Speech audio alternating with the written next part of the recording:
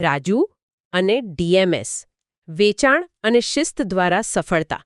ક્યારેક એવું લાગે કે સફળતા માટે કોઈ મોટા ચમત્કારની જરૂર હોય છે, પણ હકીકતમાં એક નાનું વ્યવસ્થિત પગલું જ સૌથી મોટો બદલાવ લાવી શકે છે. બિલકુલ. અને આજે આપણી પાસે એક એવી જ વાર્તા છે, રાજુ નામના એક સેલ્સમેનની, જે એફએમસીજી એટલે કે આ સ્નેક્સ અને નમકીનની ફાસ્ટ દુનિયામાં કામ કરતો હતો. હા, અને એની ચેલેન્જ આવડતની નહોતી, પણ શિસ્તની હતી. આજે આપણે જોઈશું કે કેવી રીતે એક સિસ્ટમ એટલે કે ડીએમએસ એની આખી પ્રોફેશનલ જિંદગી જ બદલી નાખી. આ સમજવા માટે મને લાગે છે કે પહેલા આપણે એ બજારને સમજવું પડશે. આ સ્નેક્સ અને નમકીન આ કોઈ એવી વસ્તુ તો નથી જે લોકો લિસ્ટ બનાવીને ખરીદવા જતા હોય? ના ના, બિલકુલ નહીં. આ તો સંપૂર્ણપણે ઇમ્પલ્સ બાઇંગ પર ચાલે છે. એટલે કે તાત્કાલિક આવેગથી થતી ખરીદી. હા, ગ્રાહક દુકાનમાં કંઈક બીજું લેવા આવ્યો હોય, કાઉન્ટર પર ચિપ્સનું પેકેટ દેખાયું અને બસ લઈ લીધું. એટલે આ રમતમાં એક જ નિયમ છે, જે દેખાય છે તે વેચાય છે. અને દેખાવા માટે શેલ્ફ પર હાજર રહેવું પડે, અને એના માટે બજારમાં સૌથી પહેલા પહોંચવું પડે. અહીંથી જ મને લાગે છે રાજુની સમસ્યા શરૂ થતી હતી. એ જ એની સૌથી મોટી ભૂલ હતી. એ બજારમાં પહોંચતો હતો બપોરના 12 વાગે. ઓહો, એટલે રમત શરૂ થાય પહેલા જ અડધી હારી ચૂક્યો હતો. એફએમસીજી સેલ્સમાં ખબર છે, સવારના 9 થી 12નો સમય ગોલ્ડન આર્સ કહેવાય છે. તો આટલું મોડું પહોંચવાથી શું થતું હશે? મતલબ એની ચેઇન રિએક્શન કેવી હોય? બહુ ગંભીર. તમે જુઓ, પહેલી વાત, એ પ્રાઇમ ટાઈમ જ ગુમાવી દેતો હતો. સવારે રિટેલર પાસે રોકડ હોય, દુકાનમાં ભીડ ઓછી હોય, મગજ ફ્રેશ હોય, ઓર્ડર આપવાના મૂડમાં હોય. બરાબર. રાજુ પહોંચે ત્યાં સુધીમાં તો સ્પર્ધકો ઓર્ડર લઈને જતા રહ્યા હોય અને રિટેલર પણ કંટાળી ગયો હોય. અને મને લાગે છે કે આ તો માત્ર શરૂઆત હતી. આ એક ભૂલ પછી તો બીજી ઘણી ભૂલો થતી જ હશે, જેમ કે એની ગેરહાજરી. હા, મહિનામાં 4 દિવસની રજા. હવે એફએમસીજીમાં 4 દિવસની રજાનો અર્થ શું થાય એ બહુ સમજવા જેવું છે. શું થાય? શેલ્ફ પરની ખાલી જગ્યા એટલે સ્પર્ધક માટે આમંત્રણ. જો રાજુ ગાયબ છે તો રિટેલર એની રાહ નહીં જુએ. સાચી વાત છે. સ્પર્ધકનો સેલ્સમેન આવશે અને ખાલી જગ્યા ભરી દેશે. બરાબર. અને રિટેલરનો પણ વાંક નથી. એને તો વેચાણ કરવું છે ભાઈ. અને આ બધાની ઉપર એની ડીએમએસ વાપરવાની રીત એ પણ ખોટી હતી. હા, એ બહુ મોટી સમસ્યા હતી. એ દિવસભર ઓર્ડર તો લેતો, પણ બધી એન્ટ્રી રાત્રે ઘરે જઈને એકસાથે કરતો. આમ તો આ નાની વાત લાગે, પણ કંપની માટે આટલો મોટો પ્રોબ્લેમ કેમ હતો? કારણ કે રિયલ ટાઈમ ડેટા વગર આખી સપ્લાય ચેન અંધારામાં કામ કરે છે. રાજુ રાત્રે ઓર્ડર નાખે એટલે ડિસ્ટ્રીબ્યુટરને તો છેક બીજા દિવસે સવારે ખબર પડે કે શું મોકલવાનું છે. એટલે ડિલિવરીમાં મોડું થાય. અને મોડી ડિલિવરીનો મતલબ છે સ્ટોક આઉટ, એટલે કે ખાલી શેલ્ફ. ગ્રાહક આવ્યો, તમારો માલ નથી, એને સ્પર્ધકનો માલ ઉઠાઈ લીધો, વાત પૂરી. એટલે તમે માત્ર એક વેચાણ નહીં, પણ કદાચ એક ગ્રાહક પણ ગુમાવ્યો. બિલકુલ. અને કંપની માટે બીજો એક મોટો ખતરો હતો. શું? જો વિઝિટ લાઈવ પંચ નથી થઈ રહી, જીઓ લોકેશન સાથે નથી થઈ રહી, તો કંપનીને શંકા જાય કે આ વિઝિટ ખરેખર થઈ પણ હતી કે નહીં. ઓહ, એટલે ફેક વિઝિટની શંકા. હા, અને આ એક એવો આરોપ છે જે સેલ્સમેનની વિશ્વસનીયતા જ ખતમ કરી દે. અને આ જ સમસ્યા એની અધૂરી બીટ કવરેજ સાથે પણ જોડાયેલી હશે. પહેલા એ સમજાવો કે આ બીટ અને કવરેજ શું છે. બીટ એટલે સેલ્સમેનનો દરરોજનો નક્કી કરેલો રૂટ.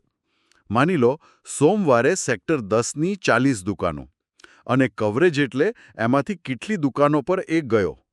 અને રાજુની કવરેજ અધૂરી હતી. હા, એટલે અમુક દુકાનો પર તો એ જતો જ નહોતો.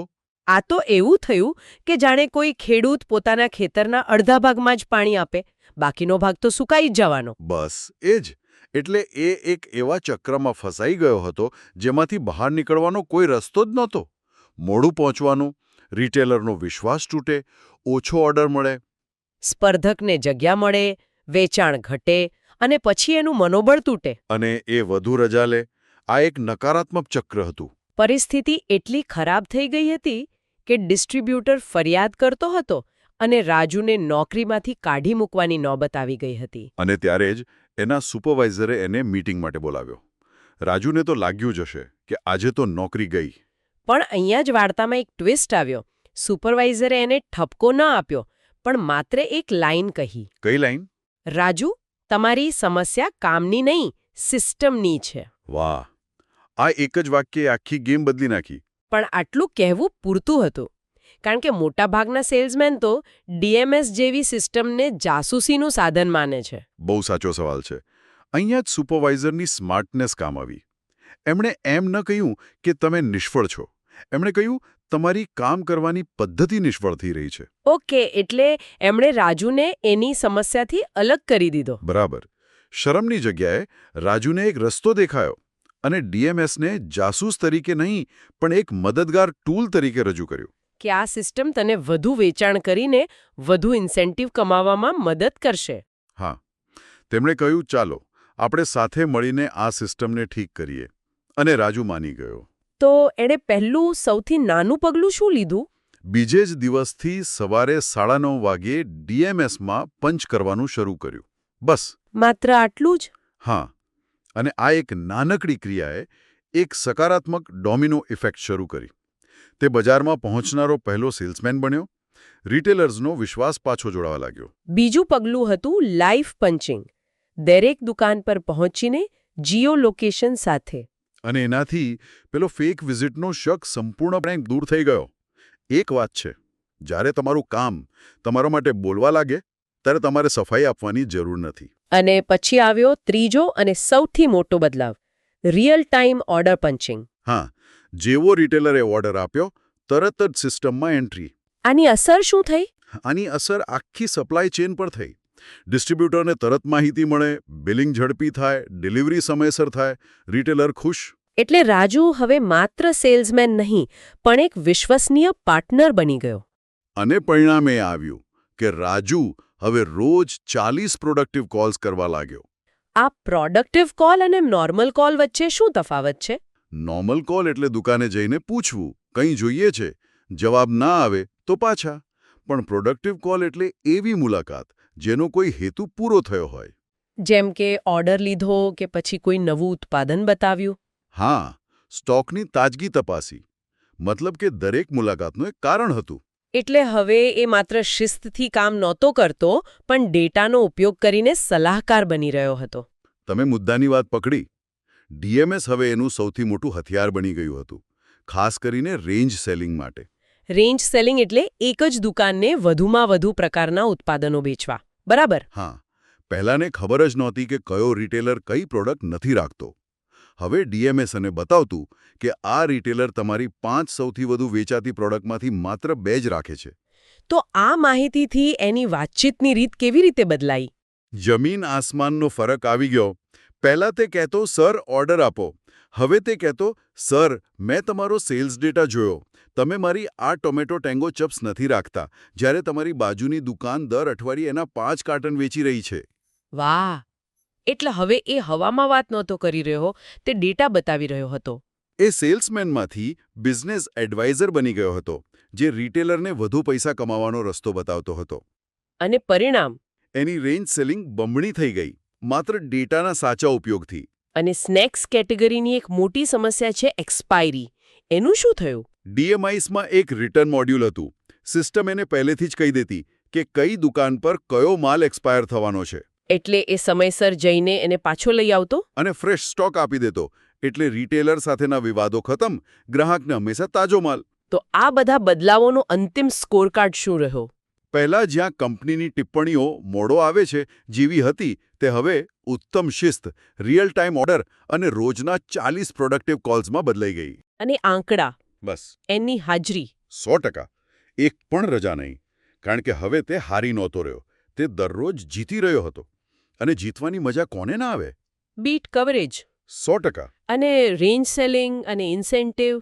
રેન્જ સેલિંગ બમણી અને એનું ઇન્સેન્ટિવ પણ અનલોક થઈ ગયું. હવે એ પૈસા કમાઈ રહ્યો હતો જેનો તે હકદાર હતો. પણ આ બધાથી મોટી જીત કઈ હતી? વિશ્વાસ. કંપની અને રિટેલર્સનો વિશ્વાસ, જે સંપૂર્ણપણે ખતમ થઈ ચૂક્યો હતો, તે એણે પાછો જીતી લીધો. પૈસા તો પાછા કમાઈ શકાય છે, પણ વિશ્વાસ કમાવવો બહુ મુશ્કેલ છે. અને રાજુએ તે કરી બતાવ્યું. તો આખી વાર્તા પરથી એ સ્પષ્ટ છે કે રાજુને કોઈ ચમત્કારની નહીં પણ ફક્ત એક સારી સિસ્ટમ અને તેને અનુસરવાની શિસ્તની જરૂર હતી. સફળતા એ દરરોજ લેવાતા નાના નાના સાચા પગલાંનું જ પરિણામ છે. બિલકુલ. અને આ વાર્તા માત્ર સેલ્સ વિશે નથી. આ આપણા બધા માટે એક પ્રશ્ન ઊભો કરે છે. એક વાક્ય છે, જ્યારે નાસ્તાની દુનિયા આટલી ઝડપથી ચાલી રહી છે ત્યારે સેલ્સમેનની વિચારસરણી પણ ઝડપી હોવી જોઈએ.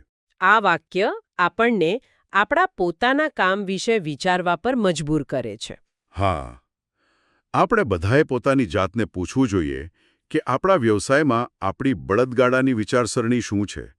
આપણે કઈ જૂની બિનકાર્યક્ષમ પદ્ધતિને વળગી રહ્યા છીએ એમ વિચારીને કે આમ જ થાય. અને તે વિચારસરણીને ઝડપી વિચારમાં બદલવા માટે આપણું પહેલું નાનું વ્યવસ્થિત પગલું શું હોઈ શકે? આપણું પોતાનું પર્સનલ ડીએમએસ શું હોઈ શકે જે આપણા પ્રદર્શનને સંપૂર્ણપણે બદલી શકે?